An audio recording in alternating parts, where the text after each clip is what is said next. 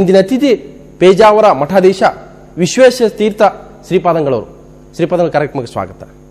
ತಾವು ಮತ್ತೆ ಸುದ್ದಿಯಲ್ಲಿದ್ದೀರಿ, ಮತ್ತೆ ಏನದರ ಉದ್ದೇಶ ಅಂತ? ಉದ್ದೇಶ ಏನಿಲ್ಲ, ನಾವು ನಮ್ಮದೇ ಆದ ಕಾರ್ಯಕ್ರಮ. ಹಿಂದೂ ಸಮಾಜದಲ್ಲಿ ಪರಸ್ಪರ ಸಾಮರಸ್ಯ ಬೆಳೆಯಬೇಕು ಮತ್ತು ದಲಿತರು ಕೂಡ ಧಾರ್ಮಿಕವಾಗಿ ಕೂಡ ಸಮಾನತೆಯನ್ನು ಪಡೆಯಬೇಕು. ಅಂದ್ರೆ ಹಿಂದೂ ಧರ್ಮದಲ್ಲಿ ಒಂದು ರೀತಿ ಅವರು ಏನಂತಂದ್ರೆ ಮಲತಾಯಿ ಮಕ್ಕಳು, ಉಳಿದ ರೀತಿಯ ಸಮಾನತೆ ಇನ್ನೂ ಬಂದಿಲ್ಲ. ಅನೇಕ ವರ್ಷಗಳ ಪ್ರಯತ್ನವಾದರೂ ಇನ್ನೂ ಉಳಿದ ಹಿಂದೂಗಳ ಹಾಗೆ ಸಮಾನತೆ ಇನ್ನೂ ತಲುಪಿಲ್ಲ. ಅಲ್ಲ, ದಲಿತರೇ ಹಿಂದೂಗಳು ನಾವಲ್ಲ ಅಂತ ಅನ್ನುವಂಥ ಭಾವನೆ ಇದೆ, ಪರಕೀಯ ಭಾವನೆ ಇದೆ. ಅವರು ಕೂಡ ರಾಮ, ಕೃಷ್ಣ, ಶಿವ ಮುಂತಾದ ದೇವತೆಗಳನ್ನೇ ಅವರು ನಂಬಿಕೊಂಡಿದ್ದಾರೆ, ಅವರ ಪ್ರಾರ್ಥನೆ ಇದನ್ನು ಮಾಡ್ತಾ ಇದ್ದಾರೆ. ಅದರಿಂದ ಅವರು ಹಿಂದೂಗಳು ಅಲ್ಲ ಎಂಬ ಭಾವನೆಗೆ ಅವಕಾಶವೇ ಇಲ್ಲ. ಈಗ ಸ್ವಾಮೀಜಿ, ತಾವು ದಲಿತ ಕೇರಿಗೆ ಭೇಟಿ ನೀಡಿದಿರಿ, ಅವರಿಗೆ ವೈಷ್ಣವ ದೀಕ್ಷೆ ಕೊಟ್ಟಿದ್ದೀರಿ. ಆದರೆ ಆ ದೀಕ್ಷೆಯಿಂದ ಸಂಪೂರ್ಣವಾಗಿ ದಲಿತರು ಬದಲಾಗ್ತಾರ? ನಮ್ಮ ಅಭಿಪ್ರಾಯ, ವೈಷ್ಣವ ದೀಕ್ಷೆ ಅಂದರೆ ಏನು? ಭಕ್ತಿ ದೀಕ್ಷೆ. ನಾವು ಒಂದು ವಿಷ್ಣು ಅಥವಾ ಇಂಥ ದೇವರು ಅಂತ ಅರ್ಥ ಅಲ್ಲ, ಒಟ್ಟು ದೇವರಲ್ಲಿ ಭಕ್ತಿ. ಅದನ್ನು ನಾವು ವೈಷ್ಣವ ದೀಕ್ಷೆ ಅಂತ ಕರೆಯಬಹುದು, ಅಧ್ಯಾತ್ಮ ದೀಕ್ಷೆ ಅಂತ ಕರೆಯಬಹುದು, ಭಕ್ತಿ ದೀಕ್ಷೆ ಅಂತ. ಇದರಿಂದ ಏನಾಗ್ತದೆ, ಅವರಲ್ಲಿ ಕೂಡ ಕೆಲವು ಧಾರ್ಮಿಕ ಆಚರಣೆ, ಡಿಸಿಪ್ಲಿನ್ ಇದೆಲ್ಲ ಬೆಳೆದರೆ ಆಗ ಉಳಿದವರು ಅವರನ್ನು ಕಂಡು ಅವರಿಗೇನೆ ಅವರನ್ನು ಅಸ್ಪೃಶ್ಯರು ಅಂತ ಭಾವಿಸಲಿಕ್ಕೆ ಸಂಕೋಚ ಆಗ್ತದೆ. ತಾವು ಶ್ರೀಪಾದಂಗಳವರು ಈ ಒಂದು ಹೊಸ ಹೆಜ್ಜೆ ಇಟ್ಟಿದ್ರಿ. ಆದರೆ ಹಿಂದೂ ಧರ್ಮದಲ್ಲೇ ಸಾವಿರಾರು ಸ್ವಾಮೀಜಿಗಳಿದ್ದಾರೆ, ಸಾವಿರಾರು ಜಾತಿ ಮತಪಂಥಗಳಿದ್ದಾವೆ. ಆ ಒಂದು ವಿಚಾರದಲ್ಲಿ ನಿಮ್ಮ ದಾರಿಯನ್ನು ಅವರು ಒಪ್ತಾರ? ಬಹುತೇಕ ಎಲ್ಲರೂ ಒಪ್ಪಿದ್ದಾರೆ. ಈಗ ಅಸ್ಪೃಶ್ಯತೆಯನ್ನು ನಾವು ಆಚರಿಸಬಾರದು, ಎಲ್ಲರನ್ನು ಕೂಡ ಸ್ಪೃಶ್ಯರು ಎಂಬುದಾಗಿ ಭಾವಿಸಬೇಕೆಂಬುದನ್ನು ಸಾಮಾನ್ಯವಾಗಿ ಎಲ್ಲ ಮಠಾಧಿಪತಿಗಳು ಕೂಡ ಒಪ್ಪಿದ್ದಾರೆ. ಈಗ ಒಂದು ಪ್ರಶ್ನೆ ಇರ್ತಕ್ಕಂಥದ್ದು ಏನಂತಂದ್ರೆ, ಮೀನಾಕ್ಷಿಯ ಒಂದು ದಲಿತ ಕೇರಿ ಭೇಟಿ ಕೊಟ್ಟಾಗ ನಂತರ ತಾವು ಹೇಳಿದ್ರಿ ಅವರು ಹಿಂದೂ ಧರ್ಮದ ಒಂದು ಮುಖ್ಯವಾಹಿನಿಯಲ್ಲಿ ಇರಬೇಕು, ಅವರು ಸಮಾನರು ಅನ್ನುವಂಥದ್ದು. ಆದರೆ ಪ್ರಶ್ನೆ ಇರ್ತಕ್ಕಂಥದ್ದು, ನಾವು ಹಿಂದೂ ಧರ್ಮಕ್ಕೆ ಬಂದಾಗ ನಮ್ಮ ಸ್ಥಾನಮಾನ ಏನು, ಸಾಮಾಜಿಕ ಸ್ಥಾನಮಾನ ಏನು, ನಮ್ಮ ಧಾರ್ಮಿಕ ಸ್ಥಾನಮಾನ ಏನು ಅನ್ನೋಂಥ ಪ್ರಶ್ನೆ ಇದೆ. ಎಲ್ಲ ಇತರ ಹಿಂದೂಗಳಿಗೆ ಏನು ಸ್ಥಾನಮಾನ ಉಂಟು ಅದೇ ಸ್ಥಾನಮಾನ. ಅದೇ ಮಠಗಳಲ್ಲಿ ದಲಿತರು ಕೂಡ ಪೂಜೆ ಅವಕಾಶ ಕೊಡ್ತಿರ್ತಾರೆ. ಪೂಜೆ ಅಂದರೆ ದರ್ಶನಕ್ಕೆ, ಪೂಜೆ ಸ್ವಾಮಿಗಳೇ ಮಾಡುದು, ಮಠಗಳೇ ಯಾರೂ ಮಾಡುವುದಿಲ್ಲ. ಸ್ವಾಮಿಗಳು ಬಿಟ್ಟು ಮಠದಲ್ಲಿ ಬೇರೆ ಯಾರು ಪೂಜೆ ಮಾಡುವುದಿಲ್ಲ. ಇವತ್ತಿಗೂ 90% ದೇವಸ್ಥಾನಗಳಲ್ಲಿ ದಲಿತರಿಗೆ ಅವಕಾಶ ಇಲ್ಲ, ದಲಿತರನ್ನ ಬಹಿಷ್ಕಾರ ಮಾಡಿದ್ದಾರೆ. ನಮ್ಮ ಅನೇಕ ಮೇಲ್ಜಾತಿಯ ದೇವರುಗಳ ಮುಖನೇ ನೋಡಿಲ್ಲ ದಲಿತರು. ಹಳ್ಳಿಯ ಚಿಕ್ಕ ದೇವಸ್ಥಾನ ಅಲ್ಲಿ ಗೊತ್ತಿಲ್ಲ. ಸಾಮಾನ್ಯವಾಗಿ ಪ್ರಸಿದ್ಧವಾದ ಧರ್ಮಸ್ಥಳ ಇರಬಹುದು, ಸುಬ್ರಹ್ಮಣ್ಯ ಇರಬಹುದು, ತಿರುಪತಿ ಇರಬಹುದು, ಕೃಷ್ಣ ಮಠ ಇರಬಹುದು, ಎಲ್ಲ ಕಡೆಗಳಲ್ಲಿ ಕೂಡ ದಲಿತರಿಗೆ ಪ್ರವೇಶ ಉಂಟು. ಈಗ ಮುಜರಾಯಿ ಇಲಾಖೆ ಸರ್ಕಾರದ ಅಧೀನದಲ್ಲಿ ಬರುತ್ತೆ, ಅನೇಕ ದೇವಸ್ಥಾನಗಳಿದ್ದಾವೆ. ಆ ದೇವಸ್ಥಾನಗಳಲ್ಲಾದರೂ ಕೂಡ ದಲಿತರಿಗೆ ಮೀಸಲಾತಿ ಕೊಡಿ ಅಂತ ತಾವು ಕೇಳ್ತೀರಾ?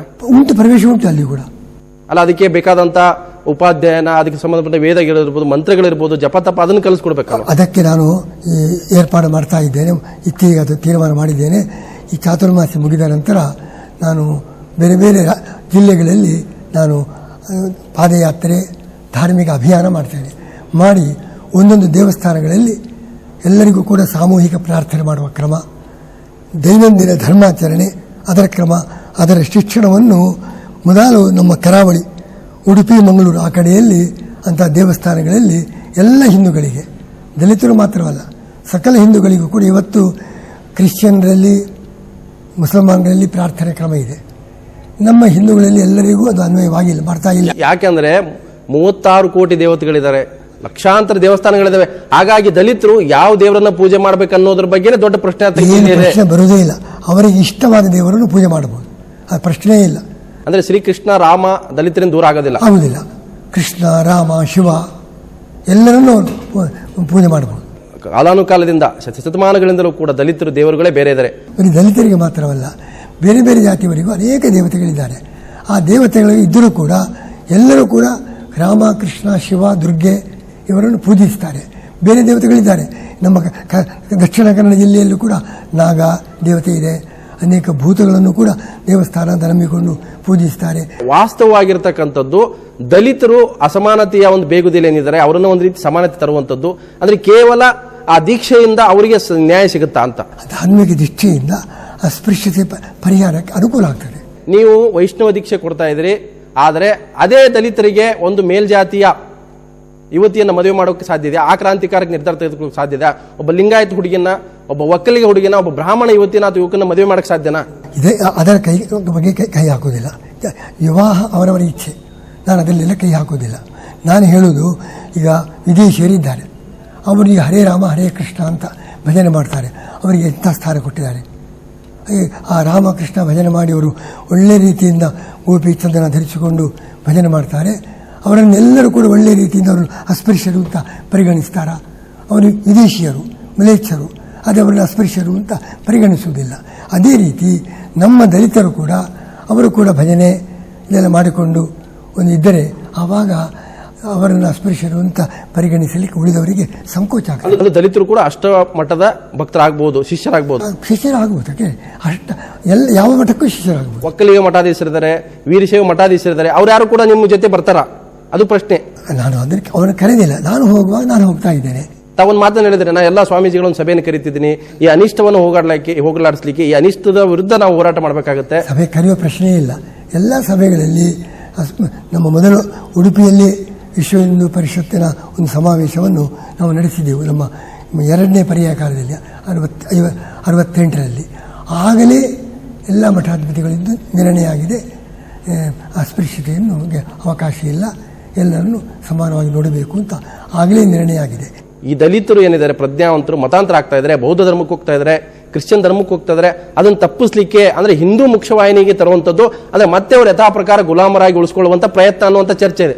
ಒಂದು ರಿಲಿಜಿಯಸ್ ಡಿಸಿಪ್ಲಿನ್ ಬೆಳೆದರೆ, ಧಾರ್ಮಿಕ ಆಚರಣೆ ಬೆಳೆದಾಗ ಅವರನ್ನು ಅಸ್ಪೃಶ್ಯರು ಯಾರೂ ನೋಡುವುದಿಲ್ಲ. ಅಲ್ಲ, ಯಾರೋ ಅವ್ರನ್ನ ಒಪ್ಕೊಳ್ಳಕ್ಕೆ ಸಿದ್ಧ ಇಲ್ಲ, ಅವ್ರನ್ನ ಅಪ್ಕೊಳ್ಳಕ್ಕೆ ಸಿದ್ಧ ಇಲ್ಲ. ಅವರಿಗೆ ನಮ್ಮವರು ಅಂತ ಅವರ ಬಗ್ಗೆ ನಮ್ಮ ಜನರಿಗೆ ಭಾವನೆ ಬರಬೇಕು. ಈಗ ಅಂಬೇಡ್ಕರ್ ಒಂದು ಮಾತನ್ನು ಹೇಳಿದ್ರು ಅವಾಗ, ನಾನು ಹಿಂದುವಾಗಿ ಹುಟ್ಟಿರ್ಬೋದು, ಆದರೆ ಹಿಂದುವಾಗಿ ಸಾಯೋದಿಲ್ಲ, ಅಂದ್ರೆ ಈ ನರಕದಿಂದ ಪಾರಾಗ್ತಾ ಇದ್ದೇನೆ. ಹೀಗಾಗಿ ಅಂಬೇಡ್ಕರ್ ಹತ್ರ ನಾನು ಮಾತಾಡ್ತಾ ಇದ್ದೆ, ನೀವು ಹೋಗಬೇಡಿ ಅಂತ ನಾನು ಕೇಳ್ತಾ ಇದ್ದೆ. ಆವಾಗ ನಾನು ಚಿಕ್ಕವ, ನಮಗೆ ಅವರನ್ನು ಸಂಪರ್ಕ ಮಾಡಲಿಕ್ಕೆ ಆಗಲಿಲ್ಲ. ಈಗ ಪೇಜಾವರ ಸ್ವಾಮಿಗಳು ಹಾವೇರಿಯಲ್ಲಿ ಬಂಗಿಗಳು ಮೈ ಮೇಲೆ ಮಲ ಸುರ್ಕೊಂಡು ಪ್ರತಿಭಟನೆ ಮಾಡಿದ್ರು ನ್ಯಾಯಕ್ಕಾಗಿ. ಭಿಕ್ಷುಕರು 100 ಜನ ಸಾವನ್ನಪ್ಪಿದ್ರು, ರೈತರ ಆತ್ಮಹತ್ಯೆ ಮಾಡಿಕೊಂಡ್ರು. ಅಲ್ಲಿ ಪೇಜಾವರ ಸ್ವಾಮಿಗಳು ಹೋಗೋದಿಲ್ಲ, ಸರ್ಕಾರಕ್ಕೆ ಕಿವಿ ಮಾತು ಹೇಳೋದಿಲ್ಲ. ಅಲ್ಲಿ ಚಾತುರ್ಮಾಸ ಮುಗಿದ ಮೇಲೆ ಸವಣೂರಿಗೆ ಹೋಗಿ ಅವರದ್ದು ಪರಿಸ್ಥಿತಿ ಏನಾಗಿದೆ ಅಂತ ವಿಚಾರ ಮಾಡ್ತೇನೆ. ಎಲ್ಲಿ ಈಗ ಮಾತ್ರ ಎಲ್ಲಿ ಬಳ್ಳಾರಿಯಲ್ಲಿ ದಲಿತರ ಮನೆ ಸುಟ್ಟಿದ್ರು, ಇನ್ನು ಗದಗಿನ ಸಮೀಪದಲ್ಲಿ ಆಯಿತು. ಶ್ರೀಪಾದಂಗಳವರು ಈಗ ರಾಮ ಮಂದಿರ ನಿರ್ಮಾಣದ ಸಂತರ ನಾಯಕತ್ವವನ್ನು ತಾವು ವಹಿಸಿದ್ರಿ. ಈ ರಾಮ ಜನ್ಮಭೂಮಿಯಲ್ಲಿ ರಾಮ ಮಂದಿರ ಆಗಲೇಬೇಕು ಅನ್ನುವಂಥದ್ದು ಈಗ ಸೆಪ್ಟೆಂಬರ್ ತಿಂಗಳಲ್ಲಿ ಅಲಹಾಬಾದ್ ಹೈಕೋರ್ಟ್ನ ತೀರ್ಪು ಹೊರಬೀಳುವಂಥ ಸಾಧ್ಯತೆ ಇದೆ. ಅದಕ್ಕೆ ಬೇಕಾದಂಥ ಎಲ್ಲ ಹಿಂದೂ ಪರ ಸಂಘಟನೆಗಳು ತಮ್ಮದೇ ಆದಂಥ ಹೋರಾಟಗಳನ್ನು, ಹೋಮಗಳನ್ನು, ಯಜ್ಞ ಯಾಗಾದಿಗಳನ್ನು ಮಾಡ್ತಾ ಇದ್ದಾರೆ. ಅಂದರೆ ರಾಮ ಜನ್ಮಭೂಮಿಯಲ್ಲಿ ರಾಮ ಮಂದಿರ ಆಗಬೇಕು ಅನ್ನುವಂಥದ್ದು ಅದು ಖಂಡಿತ ಅಲ್ಲೇ ಆಗತ್ತಾ? ನಾನು ಸಂತರ ನಾಯಕತ್ವ ವಹಿಸಿಲ್ಲ, ಅವರಲ್ಲಿ ನಾನು ಒಬ್ಬನಾಗಿದ್ದೇನೆ ಅಷ್ಟೇ. ಹಾಗಾದ್ರೆ ರಾಮ ಜನ್ಮಭೂಮಿ ಏನು ವಿವಾದಿತ ಜಾಗ ಇದೆ, ಅಲ್ಲೇ ರಾಮನ ಮಂದಿರ ಆಗಬೇಕು ಅಂತ ನಮ್ಮದೆಲ್ಲರದ್ದು ಅಭಿಪ್ರಾಯ. ಎಲ್ಲ ಇಡೀ ದೇಶದ ಎಲ್ಲ ಸಂತರು ಆ ವಿಷಯದಲ್ಲಿ ಒಂದೇ ಅಭಿಪ್ರಾಯ. ಅಂದ್ರೆ ರಾಮ ಮಂದಿರ ಆಗೋದ್ರಿಂದ ದೇಶ ಸಮಸ್ಯೆ ಪರಿಹಾರ ಆಗುತ್ತೆ. ಹಿಂದೂ ಸಮಾಜಕ್ಕೆ ಆದ ಅವಮಾನದ ಪರಿಮಾರ್ಜನೆ ಅಷ್ಟೇ. ಅಂದ್ರೆ ಯಾವ ದಲಿತರು ಕೂಡ ರಾಮ ಮಂದಿರ ಆಗ್ಬೇಕಂತ ಕೇಳಿಲ್ಲ, ಯಾವ ಹಿಂದುಳಿದವರು ರಾಮ ಮಂದಿರ ಆಗ್ಬೇಕಂತ ಕೇಳಿಲ್ಲ. ರಾಮ ಜನ್ಮಭೂಮಿ ಮಂದಿರದ ಶಂಕುಸ್ಥಾಪನೆ ಮಾಡಿದ್ದು ದಲಿತರೇ. ಕೇಳ್ತೇನೆ, ರೆಫರೆಂಡಮ್ ಮಾಡಿ, ಎಲ್ಲ ಇಡೀ ಸಮಗ್ರ ಹಿಂದೂ ಸಮಾಜದ ಅಭಿಪ್ರಾಯ ಸ್ಪಷ್ಟ ಆಗ್ತದೆ. ಗೋರಕ್ಷಣೆ ಜನಾದೇಶ ತೆಗೆಯಲಿಕ್ಕೆ ತಯಾರಿಲ್ಲ. ದೇಶದ ಬಹುಸಂಖ್ಯಾತರು ಗೋರಕ್ಷಣೆಯನ್ನು, ಗೋಹತ್ಯೆ ನಿಷೇಧ ಒಪ್ಪುತ್ತಾರೆ. ರಾಮ ಮಂದಿರ ಅಲ್ಲಿ ಆಗಬೇಕೆಂಬುದು ಬರೀ ಮೇಲ್ವರ್ಗದವರು ಮಾತ್ರವಲ್ಲ, ಸಕಲ ಹಿಂದೂಗಳ ಅಭಿಪ್ರಾಯ. ಅಂದ್ರೆ ಸಂಪೂರ್ಣವಾಗಿ ದಲಿತರು, ಹಿಂದುಳಿದವರು ಮತ್ತೆ ಇತರೆ ಜಾತಿ ಜನನು ಕೂಡ ರಾಮ ಮಂದಿರ ಬಯಸ್ತಾರೆ. ಇತರೆ ಜಾತಿಯಲ್ಲಿ ಬಹಳ ಮಂದಿ ಇದ್ದಾರೆ ರಾಮ ಮಂದಿರ ಆಗಲಿ ಅಂತ. ಅದೊಂದು ರೀತಿಯ ಬ್ರಾಹ್ಮಣವಾದ. ಇದು ಬ್ರಾಹ್ಮಣವಾದವಲ್ಲ, ಹಿಂದೂವಾದ, ರಾಷ್ಟ್ರೀಯವಾದ. ಹಿಂದೂಗಳು ಅದು ಯಾವುದೇ ಜಾತಿಯವರಾಗಿರ್ಬೋದು, ತಮ್ಮ ತಂದೆ ತಾಯಿ ಸತ್ತಾಗ ಅವರೇ ಅದನ್ನ ಹೂಳ್ತಾರೆ. ದನಕರುಗಳು ಸತ್ತಾಗ ದಲಿತರನ್ನು ಕರೀತಾರೆ. ಹಿಂದೂ ಧರ್ಮದಲ್ಲಿ ಅವರ ಮಲ ಹೇರುವ ಪದ್ಧತಿ ಇದನ್ನೆಲ್ಲ ನಿಲ್ಲಿಸಬೇಕು ಅಂತ ಹೇಳ್ತೀನಿ. ಆದರೆ ಅವರು ದಲಿತರು ತಮ್ಮನ್ನು ಹಿಂದೂಗಳು ಅಂತ ಭಾವಿಸಿಲ್ಲ, ನೀವೇ ಅದನ್ನು ಹೇರ್ತಾ ಇದ್ದೀರಿ ಅಂತ. ಅದು ಮಾತ್ರ ತಪ್ಪು. ಎಲ್ಲ ದಲಿತರಿಗೂ ತಾವು ಹಿಂದೂಗಳು ಅಂತ ಭಾವನೆ ಉಂಟು. ಹಾಗಾದ್ರೆ ಖಾಸಗಿ ಕ್ಷೇತ್ರದ ದಲಿತರಿಗೆ ಕೂಡ ಮೀಸಲಾತಿಯನ್ನು ತಾವು ಕೇಳ್ತೀರಾ? ತಾವು ಅದು ಡಿಮ್ಯಾಂಡ್ ಇಡ್ತೀರಾ? ಖಾಸಗಿ ಕ್ಷೇತ್ರ ಆಗಿರ್ಬೋದು, ITBT ಆಗಿರ್ಬೋದು, ಅನೇಕ ಕ್ಷೇತ್ರಗಳಲ್ಲಿ ದಲಿತರು ಕೂಡ ಮೀಸಲಾತಿ ಬೇಕು ಅನ್ನೋ ಕೂಗಿದೆ. ಮೀಸಲಾತಿ ನಾವು ವಿರೋಧ ಇಲ್ಲಲ್ವಾ? ನಾವು ಮೀಸಲಾತಿ ಎಲ್ಲಿ ವಿರೋಧ ಮಾಡಿಲ್ಲ. ವಿಶ್ವೇಶ ತೀರ್ಥರು ಸಾಮಾನ್ಯವಾಗಿ ನಿಮ್ಗಿರ್ತಕ್ಕಂಥ ಹೊರಗಡೆ ಹೆಸರು ಏನಂದ್ರೆ ಇವರು BJPಯ ಪಾಲಿನ ಧರ್ಮಗುರು ಅನ್ನುವಂತ ಒಂದು ಆರೋಪ ಇದೆ. ಜನರು ಆರೋಪ ಮಾಡುವವರಿಗೆ ನಾನು ಹೇಳಿಲ್ಲ. ನನಗೆ ಎಲ್ಲ ರಾಜಕೀಯ ಪಕ್ಷದವರ ಜೊತೆಗೆ ಒಳ್ಳೆಯ ಸಂಪರ್ಕ ಇದೆ. ಅಂದ್ರೆ ತಾವು BJPಯ ಧರ್ಮಗುರು ಅಲ್ಲ? BJP ಧರ್ಮಗುರಲ್ಲ. ಎಲ್ಲರೂ ಕೂಡ ತಮ್ಮನ್ನು ನಮ್ಮ ಧರ್ಮಗುರುಗಳು ಭಾವಿಸಿದ್ದಾರೆ. ಎಷ್ಟು ಮಂದಿ ಕಾಂಗ್ರೆಸ್ಸಿಗರು, JDSನವರು ನಮ್ಮನ್ನು ಅದೇ ಅಭಿಮಾನದಿಂದ ನೋಡ್ತಾ ಇದ್ದಾರೆ. ಎಲ್ಲ ಪಕ್ಷದವರನ್ನು ಸಮಾನವಾಗಿ ನೋಡ್ತೇನೆ. ಆದರೆ ಎಲ್ಲರಿಗೂ ಹೇಳ್ತೇವೆ, ನಮ್ಮ ಹಿಂದೂ ಧರ್ಮದ ವಿಷಯದಲ್ಲಿ ಅನ್ಯಾಯ ನಡೆದಾಗ ನಾನು ಪಕ್ಷ ನೋಡುವುದಿಲ್ಲ, ಅದು ನಮ್ಮ ಧೋರಣೆ, ಅದರ ಪ್ರಕಾರ ನೀವು ಈಗ ಗೋಹತ್ಯೆ ವಿರೋಧ, ಅದಕ್ಕೆ ಕೆಲವು ಪಕ್ಷಗಳು ವಿರೋಧ ಮಾಡಿದ್ದಾರೆ. ಇದು ಸರಿ, ಹಾಗೆ ಮಾಡಬಾರದು. ಒಂದು ತತ್ವದ ದೃಷ್ಟಿ ಬಂದಾಗ ನಾನು ಹಿಂದೂ ಪೀಠಾಧಿಪತಿ, ಹಿಂದೂ ಧರ್ಮಕ್ಕೆ ಅನ್ಯಾಯವಾಗುವಾಗ ತಡೆಯುತ್ತೇನೆ. ಆದರೆ ಇದರಿಂದ ಒಂದು ಪಕ್ಷಕ್ಕೆ ಸೇರಿದವರು ಅಂತ ಭಾವಿಸಬಹುದು. ಅಂದ್ರೆ ಗೋಹತ್ಯೆ ನಿಷೇಧ ಮಾಡೋದ್ರಿಂದ ಕೃಷಿ ಕ್ಷೇತ್ರಕ್ಕೆ ಹೊಡೆತ ಬೀಳುತ್ತೆ. ಬಹುಸಂಖ್ಯಾತ ದಲಿತರು ಮಾಂಸಾಹಾರವನ್ನು ಸೇವನೆ ಮಾಡ್ತಾರೆ. ಅಂದ್ರೆ ನೀವೆಲ್ಲೋ ಒಂದ್ ಕಡೆ ಬಹುಸಂಖ್ಯಾತರ ಆಹಾರ ಪದ್ಧತಿಯನ್ನು ಕೂಡ ಕಿತ್ಕೊಳ್ತಾ ಇದ್ದೀರಿ. ಇದೆಲ್ಲ ಬರೀ ವಿತಂಡವಾದ ಆರೋಪಗಳಷ್ಟೇ. ಈ ನಿಜವಾಗಿ ಗೋಹತ್ಯೆ ನಿಷೇಧ ಇದರಿಂದ ಕೃಷಿಗೆ ಮತ್ತಷ್ಟು ಅನುಕೂಲವೇ ಆಗ್ತದೆ, ಯಾವ ಹಾನಿ ಆಗುವುದಿಲ್ಲ. ಮಾಂಸ ತಿನ್ನುವುದಕ್ಕೋಸ್ಕರ ಎಷ್ಟು ದವಸ ಧಾನ್ಯ ನಾಶ ಆಗ್ತದೆ. ಗೋ ಹತ್ಯೆಯನ್ನೇ ಯಾಕೆ ನಿಲ್ಲಿಸಬೇಕು? ಎಮ್ಮೆಗಳನ್ನು ಕಡೆಯೋದು ನಿಲ್ಲಿಸಲಿ, ಕುರಿಗಳನ್ನು ಕಡೆಯೋದು ನಿಲ್ಲಿಸಲಿ. ಸಂವಿಧಾನದಲ್ಲಿ ಸ್ಪಷ್ಟವಾಗಿದೆ, ಹಾಲು ಕೊಡುವ ಜಾನುವಾರುಗಳ ಹತ್ಯೆ ನಿಲ್ಲಬೇಕು ಅಂತ ಸಂವಿಧಾನ. ಅಂಬೇಡ್ಕರರೇ ಮಾಡಿದ ಸಂವಿಧಾನ, ಸ್ಪಷ್ಟವಾಗಿ ಪರಿಚ್ಛೇದ ಉಂಟು.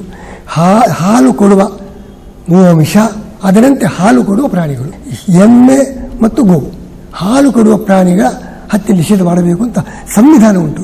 ಸಂವಿಧಾನಕ್ಕೆ ಅದು ಅಂಬೇಡ್ಕರರೇ ಮಾಡಿದ ಸಂವಿಧಾನ. ಹೀಗಿರುವಾಗ ದಲಿತರನ್ನು ವಿರೋಧ ಮಾಡುವುದು ಅಂದರೆ ಯಾವ ಅರ್ಥ? ಈಗ ರಾಜ್ಯಪಾಲರು ನೇರವಾಗಿ ಹೇಳಿದ್ದಾರೆ, ಸಂವಿಧಾನದ ಪೀಠದಲ್ಲಿರ್ತಕ್ಕಂಥ ರಾಜ್ಯಪಾಲರು ಹೇಳಿದ್ದಾರೆ, ಭಾರತೀಯ ಜನತಾ ಪಕ್ಷ ಗೋಹತ್ಯೆ ನಿಷೇಧವನ್ನ ರಾಜಕೀಕರಣ ಮಾಡ್ತಾ ಇದೆ. ಅದು ಯಾರೂ ಮಾಡಬಹುದು. ಯಾಕೆಂದರೆ ಭಾರತೀಯ ಜನತಾ ಪಕ್ಷವನ್ನು ವಿರೋಧ ಮಾಡುವವರು ಕೂಡ ರಾಜಕೀಯ ಮಾಡುವುದು. ಯಾಕೆಂದರೆ ಮುಸಲ್ಮಾನರನ್ನು ಸಂತೋಷಪಡಿಸೋದಕ್ಕೋಸ್ಕರ. ಅದು ನೀವು ಹಿಂದೂಗಳನ್ನು ಸಂತೋಷಪಡಿಸಲಿಕ್ಕೆ ತಾವು ಅದರ ಪರವಾಗಿದ್ದೀರಿ. ಹಿಂದೂಗಳ ಬಹುಸಂಖ್ಯಾತರ ಅಭಿಪ್ರಾಯ. ಅದು ಅಲ್ಪಸಂಖ್ಯಾತರ ಹಕ್ಕುಗಳಿವೆ ಈ ದೇಶದಲ್ಲಿ. ಅಲ್ಪಸಂಖ್ಯಾತ ಹಾನಿ ಆಗುವುದಿಲ್ಲ ಇದರಿಂದ. ಅಲ್ಪಸಂಖ್ಯಾತರಿಗೆ ಇದರಿಂದ ಏನು ಹಾನಿ ಇಲ್ಲ. ಮಾಂಸ ತಿನ್ನಲಿಕ್ಕೆ ಬೇಕಾದಷ್ಟು ಉಂಟು. ಗೋವುಗಳ ಮಾಂಸವನ್ನೇ ತಿನ್ನಬೇಕು ಅಂತ. ಗುಜರಾತ್ನಲ್ಲಿರ್ತಕ್ಕಂಥ ಕಾಯ್ದೆಯಲ್ಲಿ ಕೇವಲ ಹಸುಗಳನ್ನು ಮಾತ್ರ ಸೇರಿಸಿದರೆ, ಇಲ್ಲಿ ಜಾನುವಾರುಗಳನ್ನು ಸೇರಿಸಿದ್ದಾರೆ. ಅಂದ್ರೆ ಅಲ್ಪಸಂಖ್ಯಾತರನ್ನ ದಲಿತರನ್ನ ಟಾರ್ಗೆಟ್ ಮಾಡ್ಕೊಂಡಿದ್ದಾರೆ. ಸಂವಿಧಾನದಲ್ಲಿ ಇದೆ. ಸಂವಿಧಾನ ಮಾಡಿದವನು ಪ್ರಶ್ನೆ ಮಾಡಿ. ಸಂವಿಧಾನಕ್ಕೆ ವಿರುದ್ಧವಾಗಿ ವರ್ತಿಸಬೇಕಾ?